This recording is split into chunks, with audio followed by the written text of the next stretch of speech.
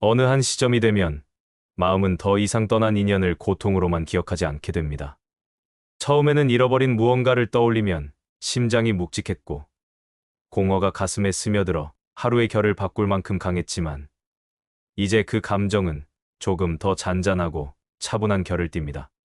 시간이 모든 것을 해결했다기보다 마음이 스스로 다시 구조를 세웠기 때문입니다. 상실의 흔들림을 지나고 기억의 파도에 휩쓸리고 공백의 침묵을 견디고 되돌릴 수 없음의 평온을 받아들이는 과정 속에서 당신은 이미 이전과는 분명히 다른 사람이 되었습니다.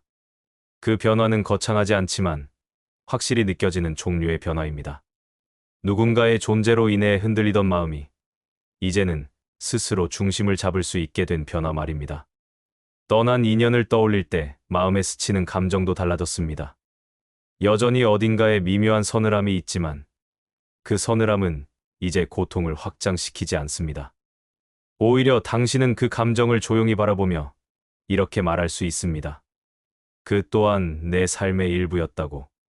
그리고 바로 이 지점에서 마음은 한 가지 중요한 사실을 깨닫게 됩니다. 그 인연이 남겨준 것은 상처가 아니라 내가 어떤 사람인지 더 깊이 알게 된 경험이었다는 것입니다. 떠난 사람이 준 것은 아픔이 아니라 그 아픔을 통해 드러난 나의 실체였습니다. 사람은 누군가 떠나기 전까지 자신이 얼마나 의존적이었는지, 얼마나 누군가의 존재에 기대어 마음을 버티고 있었는지를 잘 모릅니다. 그러나 떠남은 그 구조를 무너뜨리는 동시에 또 하나의 가능성을 열어줍니다. 바로 누군가가 없어도 흔들리지 않을 수 있는 나를 발견하는 가능성. 당신은 상실을 겪으며 이 가능성을 차츰 현실로 만들어 왔습니다. 이전에 당신이 어떤 모습이었든 지금의 당신은 분명 스스로를 더 단단하게 지켜낼 수 있는 사람입니다. 외로운 밤에도 흔들리는 감정이 올라오는 순간에도 당신은 이제 그것이 자신을 무너뜨릴 수 없다는 사실을 알고 있습니다. 이 깨달음은 떠남이 남겨준 가장 큰 의미입니다. 떠난 인연은 사라졌지만 그 인연을 통해 당신은 더 깊이 자신을 이해하게 되었습니다. 더 이상 돌아오지 않을 사람을 붙들려 애쓰던 마음은 이제 조용히 가라앉았고 그 자리에 남은 것은 혼자 있어도 괜찮다는 새로운 확신입니다. 그 확신은 타인을 필요로 하지 않겠다는 고집이 아닙니다. 오히려 누군가가 곁에 있어도 없어도 당신의 중심은 당신에게 있다는 가장 근본적인 사실을 깨닫는 순간입니다. 이제 떠난 인연을 바라보는 시선이 바뀌기 시작합니다. 그 인연은 더 이상 당신의 결핍을 자극하는 존재가 아니며 과거에 붙들고 싶었던 대상도 아닙니다. 오히려 그 인연은 당신을 성장시키고 당신의 마음을 다시 세우고 당신의 삶을 새로운 단계로 이끌었던 하나의 흐름에 가깝습니다. 쇼펜하우어식으로 말하자면 그 인연은 당신의 의지를 괴롭히는 대상이 아니라 오히려 의지를 멈추게 함으로써 당신을 평온으로 이끈 계기였습니다. 고통은 의지가 멈출 때 비로소 사라지고 마음은 그 순간부터 본래의 고요를 되찾기 시작합니다. 지금의 당신은 이 모든 과정을 지나온 증인입니다. 떠남은 잔인했지만 그 잔인함 속에서 마음은 성숙했고 고통은 당신에게 높은 통찰을 건넸습니다. 이제는 누군가의 곁에 서 있을 때에도 혼자일 때에도 당신은 자신의 중심에서 숨을 쉬며 살아갈 수 있습니다. 떠난 인연은 당신에게 고통을 남긴 것이 아니라 당신이 흔들림 속에서도 무너지지 않는 사람이라는 사실을 깨닫게 해준 마지막 선물을 남겼습니다. 그리고 그 사실을 받아들이는 순간 비로소 당신은 속삭이듯 말할 수 있게 됩니다. 그 인연은 떠났지만 나는 나에게 남았다. 이 문장이야말로 이 여정의 끝에서 완성되는 가장 깊은 평온입니다. 당신은 이제 어떤 인연이 오고 가더라도 그 흐름에 흔들리지 않을 준비가 된 사람입니다. 떠나는 것은 언제나 조용합니다. 소리 없이 빠져나간 자리는 마치 방 안의 공기가 갑작스레 바뀐 것처럼 어딘가 어긋나 있고 마음은 그 변화를 가장 먼저 알아차립니다. 그러나 우리가 흔히 착각하는 것은 이 변화의 근원지가 결코 떠난 존재가 아니라는 점입니다. 진짜의 흔들림은 언제나 그 자리에 지나치게 의지했던 나의 마음에서 시작됩니다. 당신도 아마 느끼셨을 것입니다.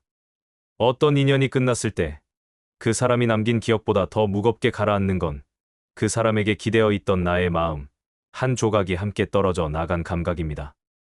마치 손에 들고 있던 물건을 잃은 것이 아니라 그 물건을 쥐기 위해 쓰고 있던 손의 힘 자체가 허공을 붙잡는 순간처럼 말입니다.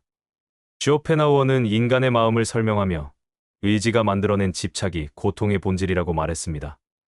누군가가 떠났을 때 생겨나는 정적인 공허는 사실 자연스러운 현상에 불과합니다.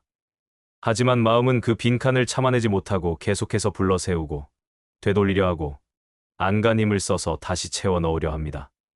그러는 사이 고통은 점점 더 선명한 얼굴을 드러내기 시작합니다.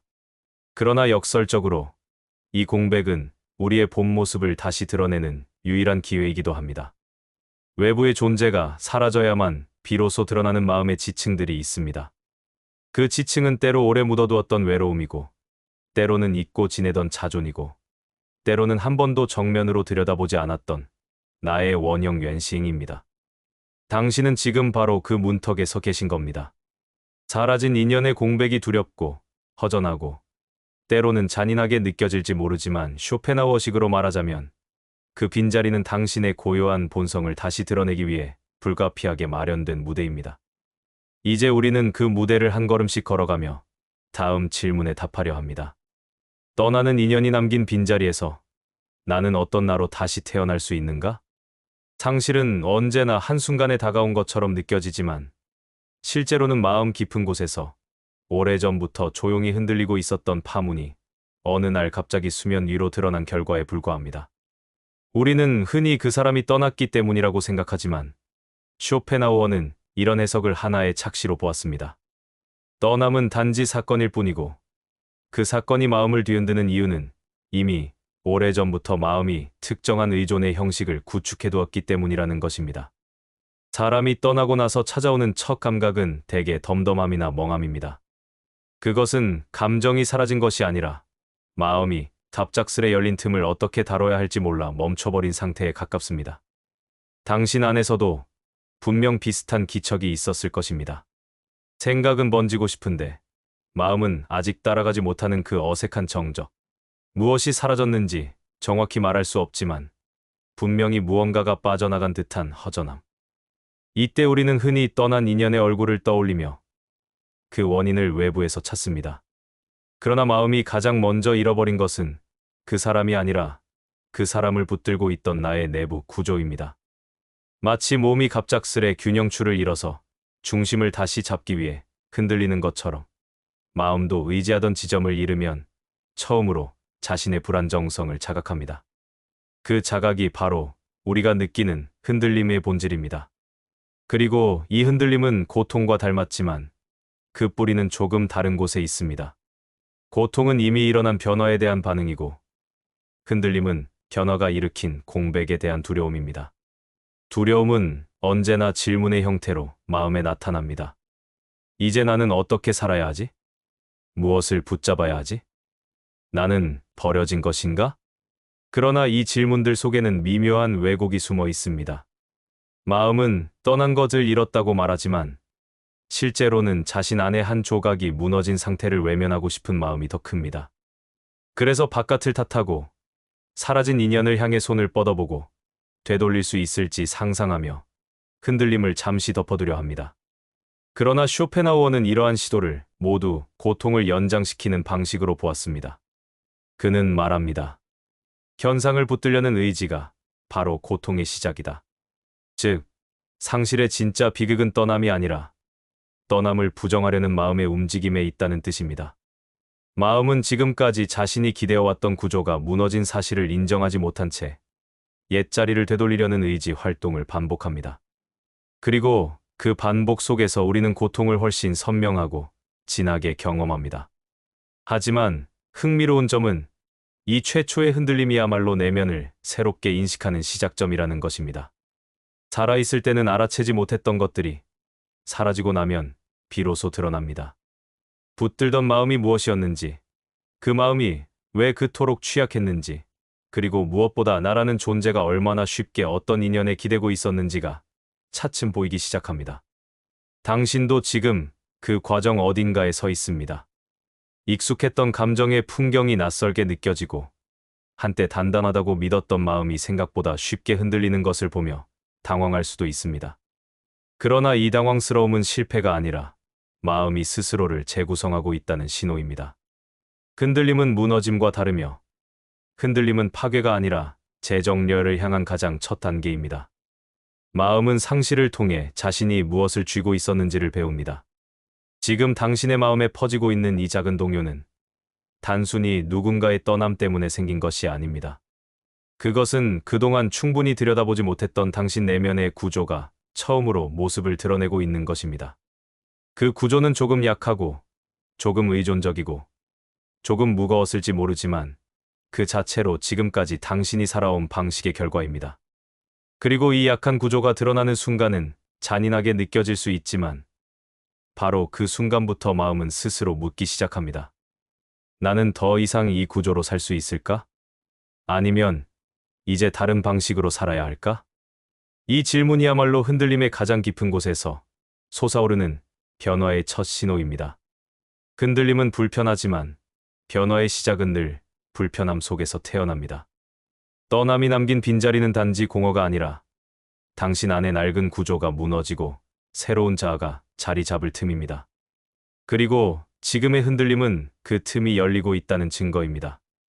떠남은 이미 일어난 사건이지만 마음은 그 사건을 받아들이는데 매우 오래 걸립니다. 이 지연, 즉 사라진 것을 사라지지 않은 것처럼 붙들어두려는 마음의 움직임이 고통을 더욱 깊고 날카롭게 만듭니다. 쇼펜하우어는 이것을 의지의 잔향이라고 불렀습니다. 의지는 한 번 향하던 대상을 쉽게 놓지 못하고 대상이 사라져도 그 방향으로 계속 뻗어나가려 합니다. 당신의 마음도 지금 그 잔향 속에서 흔들리고 있는 것입니다. 떠난 인연의 흔적은 실제 존재가 아니라 기억과 기대, 그리고 상상이라는 형태로 마음 안에서 계속해서 되살아납니다. 이때 기억은 단순한 회상이 아니라 마음이 고통을 붙들기 위해 만들어내는 또 하나의 장치가 됩니다. 인간은 기억 속에서 가장 아름답게 빛났던 순간만을 골라 불러옵니다. 그 이유는 단순합니다. 현재의 상실을 견디기 어렵기에 마음은 과거의 따뜻함을 과장하여 지금의 고통을 잠시 눌러보려 합니다. 그러나 이 시도는 곧 또 다른 고통을 불러옵니다. 기억이 아름다울수록 현재의 결핍은 더욱 뚜렷해지기 때문입니다. 기대 또한 마찬가지입니다. 이미 떠난 인연을 향해 마음은 어딘가에서 되돌아올 가능성을 상상합니다. 텅 빈 자리에서 작은 발자국 소리가 들릴 것만 같고 잊히는 듯 하다가도 어떤 순간에는 이름 하나가 마음을 파문처럼 흔들어 놓습니다. 이 기대는 사실상 현실과는 아무 관련이 없습니다. 그저 마음이 공백을 견디지 못한 나머지 사라진 존재를 상상 속에서 다시 실체화하는 것입니다. 이 반복이 계속될 때 마음은 상실을 경험하는 것이 아니라 상실을 계속해서 재현하는 고통의 순환에 빠집니다. 그리고 이런 고통의 원인을 우리는 흔히 떠난 사람에게 돌립니다. 그 사람이 떠나서 내가 이렇게 흔들린다. 그 사람이 비워놓고 간 자리가 너무 아프다. 하지만 쇼펜하우어는 이런 해석이야말로 마음이 만든 가장 큰 착각이라고 말합니다. 마음은 사라진 대상이 원인이 아니라 대상을 붙들고 있는 자신이 원인임을 인정하기 어렵습니다. 인정하는 순간 그동안 쌓아두었던 의존과 기대의 구조가 무너져버리기 때문입니다. 그래서 마음은 끊임없이 외부를 원인으로 만들고 떠난 존재의 그림자를 이용해 스스로 만든 고통을 외면하려 합니다. 당신이 지금 느끼고 있는 감정들도 아마 이 순환 속 어딘가일 것입니다. 특정한 순간에 불현듯 떠오르는 기억, 예고 없이 마음을 죄어오는 허전함, 돌아오지 않을 무언가를 기다리는 듯한 감각. 이 모든 것은 사라진 인연을 향한 마음의 충성처럼 보이지만 사실은 자기 내부의 구조가 붕괴되는 것을 막기 위한 몸부림입니다. 마음은 떠난 존재보다 떠난 존재가 차지하고 있던 내적 위치를 더 붙들고 싶은 것입니다. 하지만 여기서 중요한 진실이 하나 있습니다. 마음이 그토록 붙드는 것은 그 사람이 아니라 그 사람이 있을 때 내가 느꼈던 안정감의 형태입니다. 이는 사랑도 아니고 우정도 아니며 그 관계의 본질도 아닙니다. 마음이 집착하는 것은 오직 하나 나는 이 사람과 연결되어 있을 때 조금 덜 흔들렸다는 경험 그 자체입니다. 그 안정감의 감각을 잃는 순간 마음은 다시 불안정성을 직면하게 되고 그것이 두려워 인연의 잔향을 계속 불러내려 합니다. 그러나 인간의 의지가 만들어낸 붙들면 결국 고통을 연장시킬 뿐 당신을 지켜주지 못합니다. 오히려 붙들려는 순간마다 상실은 더 선명해지고 고통의 강도는 더 깊어집니다. 쇼펜하우어는 이것을 의지의 역설이라 했습니다. 붙들려 할수록 더 많이 잃는다. 그리워하려 할수록 결핍은 더 커진다. 기억을 되살릴수록 현실은 더 고독해진다. 이 역설을 이해하는 순간 마음은 아주 미세하게 그러나 분명하게 변하기 시작합니다. 당신의 마음도 지금 그런 방향으로 움직이고 있을 것입니다. 기억은 여전히 떠오르겠지만 그 기억이 과거를 되돌려줄 수 없다는 사실도 어렴풋이 느끼기 시작합니다. 기대는 여전히 자리하겠지만 어느 순간 그것이 단지 상상의 그림일 뿐임을 알아차리게 됩니다. 마음은 집착이 아니라 붙들지 않아도 살아갈 수 있는 새로운 구조를 필요로 한다는 사실을 천천히 깨닫게 됩니다. 그리고 그 깨달음은 바로 다음 장, 공백 속에서 발견되는 또 다른 세계로 마음을 이끌어갑니다. 사라진 인연이 비워놓은 자리에서 처음으로 당신의 고유한 본질이 드러나기 시작할 것입니다. 상실 이후 가장 두려운 순간은 사실 인연이 떠난 그 시간이 아닙니다. 가장 두려운 것은 그 후에 찾아오는 길고 고요한 공백입니다. 아무 말도 들리지 않고 아무도 찾아오지 않으며 마음을 분주하게 하던 감정마저 사라진 그 순간 우리는 본능적으로 그 공백을 피하려 합니다. 왜냐하면 그 공간은 무섭도록 조용하고 그 조용함은 마치 내면의 깊은 곳까지 내려가라고 강요하는 것처럼 느껴지기 때문입니다. 그러나 쇼펜하우어는 말합니다. 공백은 결핍이 아니라 본질이 드러나는 틈이다. 떠난 인연이 남긴 빈자리에는 사실 아무것도 없는 것이 아닙니다. 그곳에는 나 자신이 미처 마주하지 않았던 모습들이 천천히 떠오르고 있습니다. 평소에는 관계의 소리와 감정의 파도에 묻혀 보이지 않았던 당신의 원형이 이제 아주 조용하게 모습을 드러내기 시작한 것입니다. 처음에는 그 원형이 낯설게 느껴질 수 있습니다. 마치 오랜 세월 잠들어 있던 누군가가 천천히 깨어나 어둠 속에서 당신을 응시하는 듯한 느낌. 공백의 침묵은 바로 그 시선을 자극합니다. 이제 내가 너를 봐야 할 시간이다. 침묵은 그렇게 속삭입니다. 누군가 곁에 있을 때 우리는 항상 그 존재를 중심으로 감정을 움직입니다. 기쁘면 함께 나누고, 슬프면 의지하고, 답답하면 기대고, 불안하면 붙들고. 이 과정 속에서 우리는 자주 나의 고유한 감정을 잃어버립니다. 떠난 인연이 만들어낸 공백이 처음 드러내는 것은 바로 이 잃어버린 감정입니다. 나는 원래 어떤 마음으로 살아가던 사람인가? 무엇이 나를 평온하게 하고 무엇이 나를 흔들었는가? 이 질문들이 공백 속에서 천천히 고개를 듭니다. 그동안 인연에 반응하느라 미처 인식하지 못했던 감정들이 지금은 관계의 소리가 사라진 공간에서 다시 들리기 시작합니다.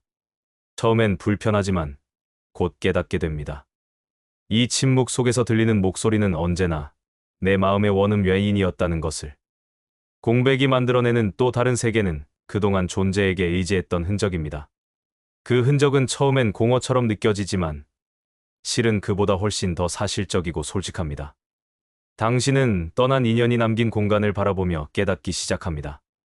그 자리에 비어있는 것은 사람이 아니라 그 사람에게서 얻고자 했던 안정감, 이해, 위로, 혹은 존재의 의미였습니다. 사람은 어느 순간 깨달아야 합니다. 내 마음을 떠받치고 있던 기둥이 타인이 아니라는 사실을. 타인은 단지 내가 기대 서 있었던 임시 지지대였다는 사실을. 공백 속에서 이 진실이 서서히 드러나기 시작합니다. 그리고 이 드러남은 때로 잔인하게 느껴지지만 동시에 해방적이기도 합니다. 왜냐하면 그동안 마음이 타인에게 맡겨두었던 무게를 이제는 스스로 되찾아오고 있기 때문입니다. 상실 직후에는 결핍으로만 보였던 공간이 시간이 조금 흐르고 나면 다른 얼굴을 드러내기 시작합니다. 어느 날 문득 슬픔이 아닌 정적이 찾아옵니다. 어느 순간 공허가 아닌 고요가 스며듭니다. 그리고 아주 조용히 내면 깊은 곳에서 어떤 움직임이 일어납니다. 그 움직임은 새로운 감정이 아니라 잊고 지냈던 나의 원형이 깨어났다는 신호입니다. 인연이 머물 때 우리는 종종 그 관계 속에서 만들어진 역할로 살아갑니다. 하지만 떠남은 그 역할을 가져가 버리고 남아있는 것은 오직 본래의 나뿐입니다. 이 원형은 꾸미지 않고 의존하지 않고 기대하지 않습니다. 그저 존재합니다. 공백 속에서 당신은 그 존재를 바라보기 시작합니다. 그 존재는 말하진 않지만 이런 메시지를 담고 있습니다. 이제는 타인에게 기대지 않고도 설 수 있는 너를 만나야 한다. 쇼펜하우어는 인연의 상실을 마음의 구조가 다시 세워지는 과정이라 말했습니다. 무너진 구조는 처음엔 혼란스럽지만 바로 그 무너짐이 새 구조를 위한 자리를 만듭니다. 지금 당신의 마음이 경험하는 그 고요한 공백은 단순한 결핍이 아니라 오래된 의존이 사라지며 드러나는 새로운 가능성의 공간입니다. 그 공간은 당신에게 묻습니다. 이제 어떤 나로 살아갈 것인가? 이제 어떤 마음으로 세상을 바라볼 것인가? 그리고 이 질문에 답하기 위해 우리는 다음 장에서 그 공백이 어떻게 평온으로 바뀌고 결국 마음의 새로운 구조가 탄생하는지를 함께 살펴보게 될 것입니다. 쇼펜하우어는 인연의 상실을 마음의 구조가 다시 세워지는 과정이라 말했습니다. 무너진 구조는 처음엔 혼란스럽지만 바로 그 무너짐이 새 구조를 위한 자리를 만듭니다. 지금 당신의 마음이 경험하는 그 고요한 공백은 단순한 결핍이 아니라 오래된 의존이 사라지며 드러나는 새로운 가능성의 공간입니다. 그 공간은 당신에게 묻습니다. 이제 어떤 나로 살아갈 것인가? 이제 어떤 마음으로 세상을 바라볼 것인가? 그리고 이 질문에 답하기 위해 우리는 다음 장에서 그 공백이 어떻게 평온으로 바뀌고 결국 마음의 새로운 구조가 탄생하는지를 함께 살펴보게 될 것입니다. 당신도 아마 알고 있을 것입니다. 머리로는 이미 이해했을 겁니다. 이 인연은 끝났다. 하지만 머리와 마음은 같은 속도로 움직이지 않습니다. 머리는 이성의 영역에 있고 마음은 의지의 영역에 있기 때문입니다. 의지는 이유 없이 반복되고 근거 없이 붙들고 사유 없이 기대합니다.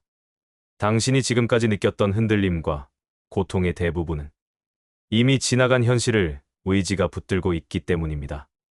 그러나 고통이 깊어질수록 마음 속에서 아주 미세한 변화가 생겨납니다. 그 변화는 의지가 지쳐갈 때 찾아옵니다. 붙들어도 돌아오지 않는다는 사실을 거듭 확인할수록 의지는 점점 조용해지기 시작합니다. 이 침묵의 시작이 바로 수용의 시작입니다. 어떤 사람은 인정하는 순간을 포기라 말합니다. 그러나 쇼펜하우어는 그렇게 보지 않았습니다.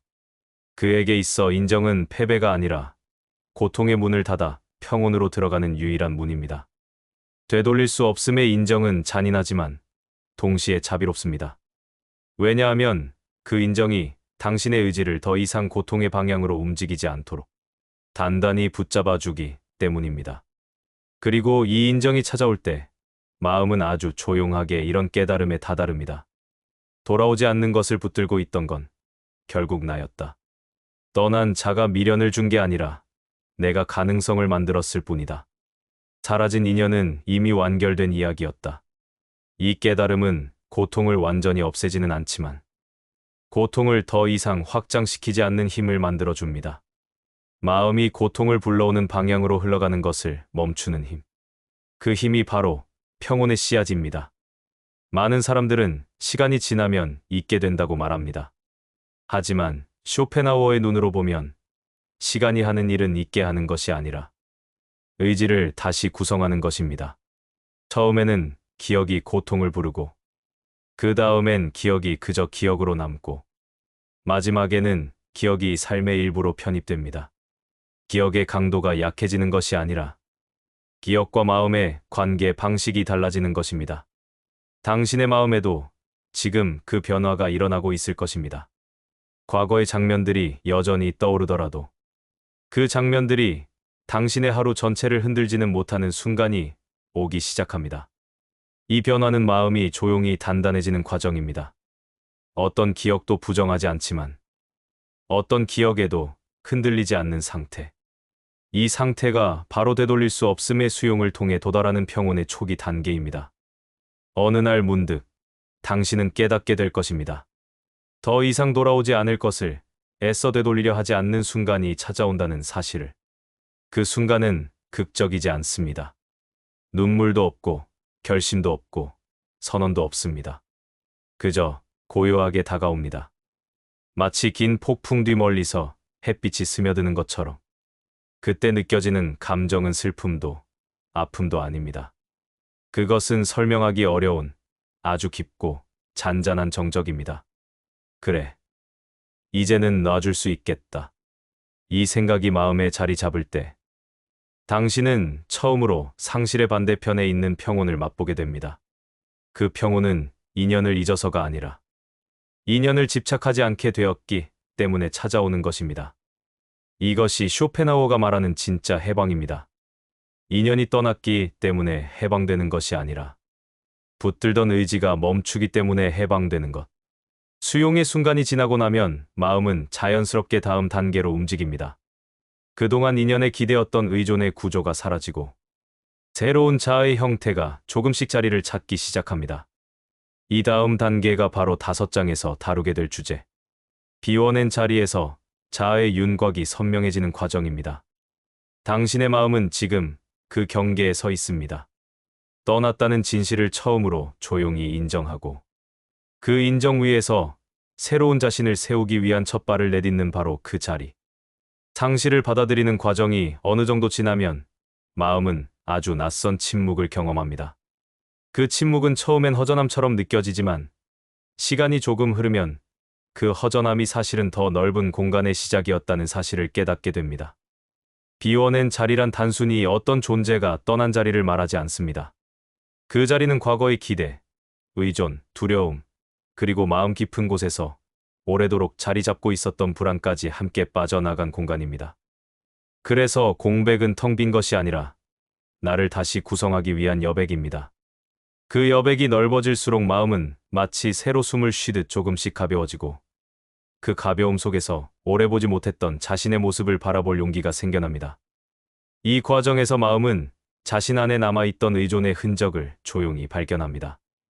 이전에는 누구에게 기대어 버티던 마음이 익숙했고 그 익숙함은 안정감처럼 느껴졌습니다. 그러나 그 안정감이 사실은 기댈 곳이 있을 때만 유지되는 무너지기 쉬운 구조였다는 사실을 이제야 인정할 수 있습니다. 누군가가 곁에 있을 때 비로소 괜찮다고 믿었던 자신이 사실은 혼자 설 준비가 되어 있지 않았음을 깨달을 때 마음은 조금 당황합니다. 하지만 이 당황은 고통을 만드는 것이 아니라 오히려 새로운 자아가 태어나는 전조입니다. 이제는 타인을 붙들어 자신을 확인하려던 방식의 의미를 잃어가고 마음은 스스로에게 묻기 시작합니다. 나는 누구에게 기대지 않아도 존재할 수 있는가? 이 질문은 단순한 의문이 아니라 변화의 첫문입니다. 그 질문을 마주하는 순간 마음은 자연스레 역할과 본질을 구분하기 시작합니다. 인연 속에서 우리는 역할을 부여받습니다. 사랑하는 사람, 필요한 사람, 위로해주는 사람, 의지하는 사람. 그러나 인연이 떠나면 그 역할도 함께 사라집니다. 남는 것은 그 어떤 역할도 벗겨진 꾸밈 없는 순수한 나 자신입니다. 처음엔 이 모습이 초라해 보일 수 있습니다. 왜냐하면 역할을 잃은 자신은 빈손처럼 보이고 아무것도 아닌 사람처럼 느껴지기 때문입니다. 하지만 이 감각이 바로 본질에 가까워진 첫 느낌입니다. 역할이 사라져야 비로소 역할이 아닌 진짜 나가 드러나기 때문입니다. 그리고 그 본래의 나를 마주하는 순간부터 자아의 윤곽은 서서히, 그러나 분명하게 그 모습을 드러내기 시작합니다. 그 윤곽은 어떤 화려한 장식이나 특별한 성취에서 만들어지는 것이 아닙니다. 새벽의 고요함 속에서 스스로를 바라보는 한순간의 진실함, 아무에게도 기댈 수 없는 밤에도 자신을 위로할 수 있는 작은 의지, 그리고 누구도 대신 채워줄 수 없는 빈자리 앞에서 묵묵히 서 있는 힘. 이런 경험들이 마음의 깊은 곳에서 조용히 쌓이며 자아의 선을 더 또렷하게 만들어갑니다. 떠난 인연이 남긴 공백은 이제 더 이상 아픔의 공간이 아니라 당신이 스스로를 확인하는 거울과 같은 공간이 됩니다. 그 거울 속에서 보이는 모습은 처음엔 낯설지만 곧 익숙해지고 결국에는 자신이 오래전부터 잃어버렸던 어떤 단단함이라는 사실을 깨닫게 됩니다. 그 단단함은 다른 사람을 필요로 하지 않는 고독이 아니라 누군가가 곁에 있든 없든 흔들리지 않는 중심을 의미합니다. 이 중심은 시간을 들여 만들어지는 것이며 상실의 흔들림을 지나온 사람만이 가질 수 있는 귀한 힘입니다. 이제는 누군가를 붙들기 위해 자신을 희생하거나 억지로 어떤 역할을 유지할 필요도 없습니다. 당신은 이미 비워낸 자리에서 새로운 자아의 기반을 마련했고 그 기반은 과거의 흔들림과는 다른 종류의 고요함을 선물합니다. 이 고요함은 텅 빈 정적이 아니라 스스로를 지탱할 수 있는 사람만이 가질 수 있는 충만한 고요입니다. 그러나 이 변화의 과정이 갑자기 찾아오는 것은 아닙니다. 마음은 여전히 때때로 흔들릴 수 있습니다. 기억이 불쑥 찾아오기도 하고 이유 없는 허전함이 감정의 문틈을 두드리기도 합니다. 하지만 차이는 분명합니다. 과거의 흔들림은 무너지는 느낌이었다면 지금의 흔들림은 단단해지기 위한 미세한 조정에 불과합니다. 당신은 이미 알고 있습니다. 이 흔들림이 당신을 무너뜨리지 않을 것이라는 사실을. 마음은 더 이상 과거로 돌아가려 하지 않고 현재의 자신을 중심으로 천천히, 그러나 온전히 재구성됩니다. 그리고 마침내 비워낸 자리에서 자아의 윤곽이 완성되어가는 마지막 순간의 마음은 아주 조용히 이렇게 말합니다. 나는 결국 혼자 설 수 있는 사람이다. 이 문장은 외로움이 아니라 힘이며 상실이 준 가장 깊은 선물입니다. 그리고 이 선물은 당신을 다음 장, 떠남이 남겨준 마지막 의미로 이끌 준비를 마치게 합니다. 어느 한 시점이 되면 마음은 더 이상 떠난 인연을 고통으로만 기억하지 않게 됩니다. 처음에는 잃어버린 무언가를 떠올리면 심장이 묵직했고 공허가 가슴에 스며들어 하루의 결을 바꿀 만큼 강했지만 이제 그 감정은 조금 더 잔잔하고 차분한 결을 띱니다. 시간이 모든 것을 해결했다기보다 마음이 스스로 다시 구조를 세웠기 때문입니다. 상실의 흔들림을 지나고 기억의 파도에 휩쓸리고 공백의 침묵을 견디고 되돌릴 수 없음의 평온을 받아들이는 과정 속에서 당신은 이미 이전과는 분명히 다른 사람이 되었습니다. 그 변화는 거창하지 않지만 확실히 느껴지는 종류의 변화입니다. 누군가의 존재로 인해 흔들리던 마음이 이제는 스스로 중심을 잡을 수 있게 된 변화 말입니다. 떠난 인연을 떠올릴 때 마음에 스치는 감정도 달라졌습니다. 여전히 어딘가에 미묘한 서늘함이 있지만 그 서늘함은 이제 고통을 확장시키지 않습니다. 오히려 당신은 그 감정을 조용히 바라보며 이렇게 말할 수 있습니다. 그 또한 내 삶의 일부였다고. 그리고 바로 이 지점에서 마음은 한 가지 중요한 사실을 깨닫게 됩니다. 그 인연이 남겨준 것은 상처가 아니라 내가 어떤 사람인지 더 깊이 알게 된 경험이었다는 것입니다. 떠난 사람이 준 것은 아픔이 아니라 그 아픔을 통해 드러난 나의 실체였습니다. 사람은 누군가 떠나기 전까지 자신이 얼마나 의존적이었는지, 얼마나 누군가의 존재에 기대어 마음을 버티고 있었는지를 잘 모릅니다. 그러나 떠남은 그 구조를 무너뜨리는 동시에 또 하나의 가능성을 열어줍니다. 바로 누군가가 없어도 흔들리지 않을 수 있는 나를 발견하는 가능성. 당신은 상실을 겪으며 이 가능성을 차츰 현실로 만들어 왔습니다. 이전에 당신이 어떤 모습이었든 지금의 당신은 분명 스스로를 더 단단하게 지켜낼 수 있는 사람입니다.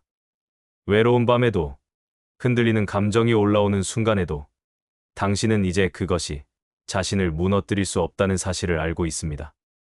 이 깨달음은 떠남이 남겨준 가장 큰 의미입니다. 떠난 인연은 사라졌지만 그 인연을 통해 당신은 더 깊이 자신을 이해하게 되었습니다. 더 이상 돌아오지 않을 사람을 붙들려 애쓰던 마음은 이제 조용히 가라앉았고 그 자리에 남은 것은 혼자 있어도 괜찮다는 새로운 확신입니다. 그 확신은 타인을 필요로 하지 않겠다는 고집이 아닙니다. 오히려 누군가가 곁에 있어도 없어도 당신의 중심은 당신에게 있다는 가장 근본적인 사실을 깨닫는 순간입니다. 이제 떠난 인연을 바라보는 시선이 바뀌기 시작합니다. 그 인연은 더 이상 당신의 결핍을 자극하는 존재가 아니며 과거에 붙들고 싶었던 대상도 아닙니다. 오히려 그 인연은 당신을 성장시키고 당신의 마음을 다시 세우고 당신의 삶을 새로운 단계로 이끌었던 하나의 흐름에 가깝습니다. 쇼펜하우어식으로 말하자면 그 인연은 당신의 의지를 괴롭히는 대상이 아니라 오히려 의지를 멈추게 함으로써 당신을 평온으로 이끈 계기였습니다. 고통은 의지가 멈출 때 비로소 사라지고 마음은 그 순간부터 본래의 고요를 되찾기 시작합니다. 지금의 당신은 이 모든 과정을 지나온 증인입니다. 떠남은 잔인했지만 그 잔인함 속에서 마음은 성숙했고 고통은 당신에게 높은 통찰을 건넸습니다. 이제는 누군가의 곁에 서 있을 때에도 혼자일 때에도 당신은 자신의 중심에서 숨을 쉬며 살아갈 수 있습니다.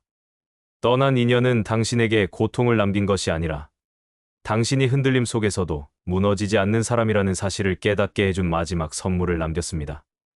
그리고 그 사실을 받아들이는 순간 비로소 당신은 속삭이듯 말할 수 있게 됩니다. 그 인연은 떠났지만 나는 나에게 남았다. 이 문장이야말로 이 여정의 끝에서 완성되는 가장 깊은 평온입니다.